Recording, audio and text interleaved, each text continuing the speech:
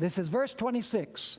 But he answered and said, it is not good to take the children's bread and throw it to the little dogs. Do you remember that Lazarus was at the bottom of the table of the rich man, and crumbs fell from the table, and the dogs came and licked his sores? Now notice this. It is not good, Jesus says, to take the children's bread and throw it to the little dogs. By the way, this woman was a Canaanite woman. She was not a Jew. She was a Gentile. But notice the faith of this woman. And she said, yes, Lord, yet even the little dogs eat the crumbs which fall from their master's table. So let me ask you, what does Lazarus represent? Lazarus represents the Gentiles. This woman was a Gentile. You have the same terminology. You have dogs, you have crumbs, you have the idea of the table, you have the idea of poverty. In other words, this Canaanite woman is what is represented by Lazarus in this story. By the way, it's important to realize that those who read this parable many times add concepts and ideas that are not found in the parable. Let me read you the parable as many Christians like to read it. They add ideas. This is their reading of the parable. Now it was that the beggar died, and immediately his soul was carried by the angels to Abraham's bosom. The rich man also died, and his body was buried.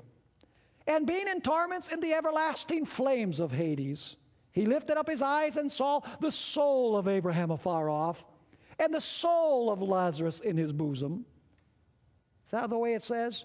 Of course not. Then his soul cried out and said, Father Abraham, have mercy on my soul, and send the soul of Lazarus that he may dip the tip of his finger in water and cool my tongue, for my soul is tormented in this everlasting flame. Is that the way it reads? That's the way Christians read it. They add the word soul and everlasting and fire. You know, they put all kinds of concepts into it. But Abraham said, Son, remember that in your lifetime you received your good things, and likewise Lazarus evil things. But now his soul is comforted, and your soul is tormented. The parable doesn't say any of those things. But that is the way in which it is interpreted by Christians. By the way, as I was mentioning, there is no proof that this takes place immediately after death. The word immediately is not used there. We've already noticed that body parts go into the fire at the end of the age. So this man, according to Jesus, must have been punished in the fires when? At the end of the age, with all of his body parts. By the way, let me tell you the reason why the name of Lazarus is used. There's a specific function. Jesus wanted to connect this parable with something that was shortly going to happen in his ministry. You say, what event was that? Well, the fact is that a short while after Jesus told this parable, a man called Lazarus was resurrected from the dead. Let's read about it in John chapter 11 and verses 43 and 44. John chapter 11 and verses 43 and 44. Now when he had said these things, he cried with a loud voice, Lazarus, come forth. And he who had died, by the way, he had been dead 4 days, and he who had died came out, bound hand and foot with grave clothes, and his face was wrapped with a cloth. Jesus said to them, loose him and let him go. They will not believe even though someone what? Rises from the dead. What was his name? His name was Lazarus. Believe in whom? The parable doesn't say. They won't believe even if someone raises from the dead. This story tells us that they did not believe in whom? They did not believe in Jesus. By the way, to whom did Moses and the prophets point? They pointed to Jesus.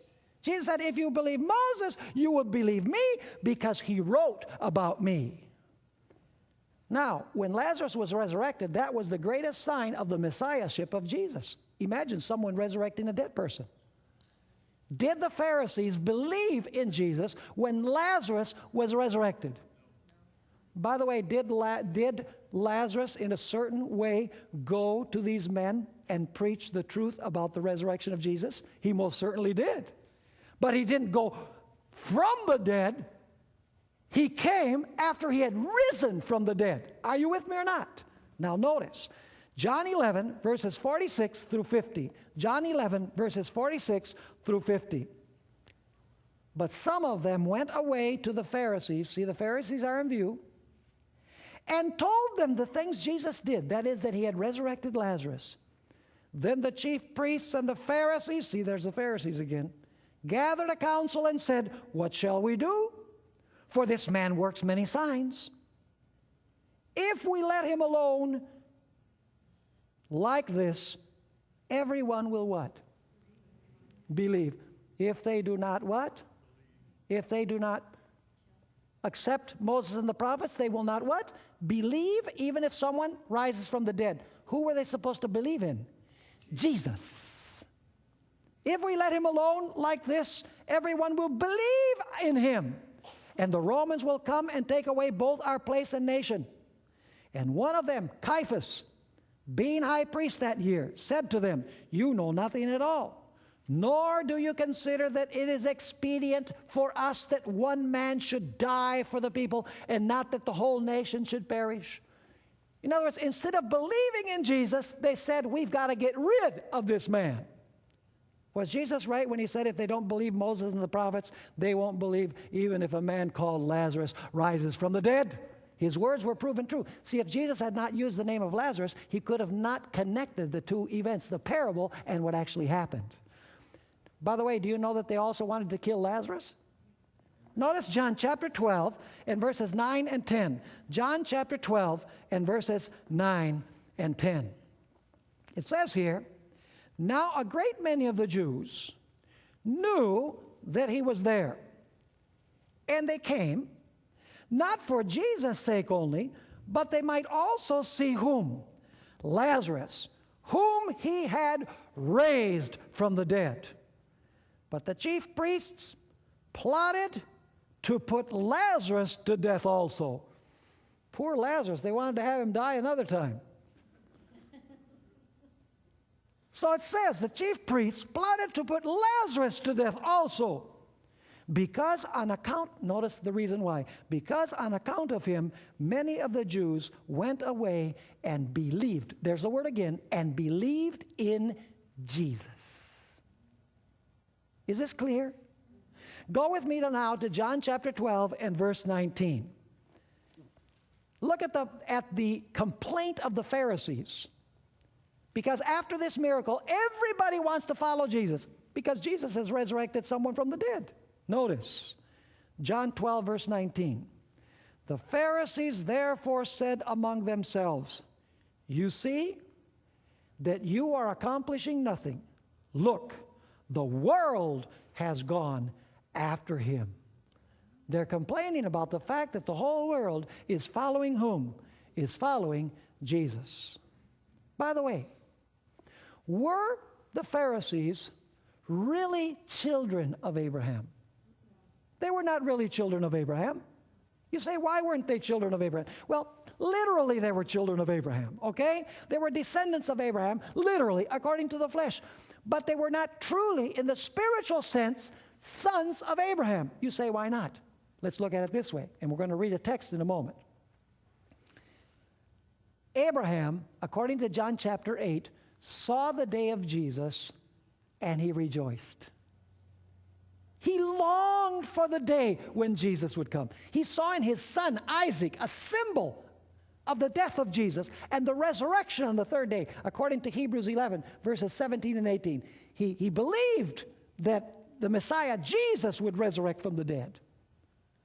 And so we find here Abraham believing in Jesus who was to come. But those who were living in the days of Jesus, particularly the Pharisees, what did they want to do with Jesus? They didn't long to see him come. They weren't happy about seeing his day. They wanted to get rid of him. So let me ask you, were they really sons of Abraham? No. Jesus says, if you were sons of Abraham, you would love me. Because Abraham loved me. He rejoiced to see my day. And you say that you're children of Abraham and you hate me. How can Abraham love me and you say you're his children and you hate me?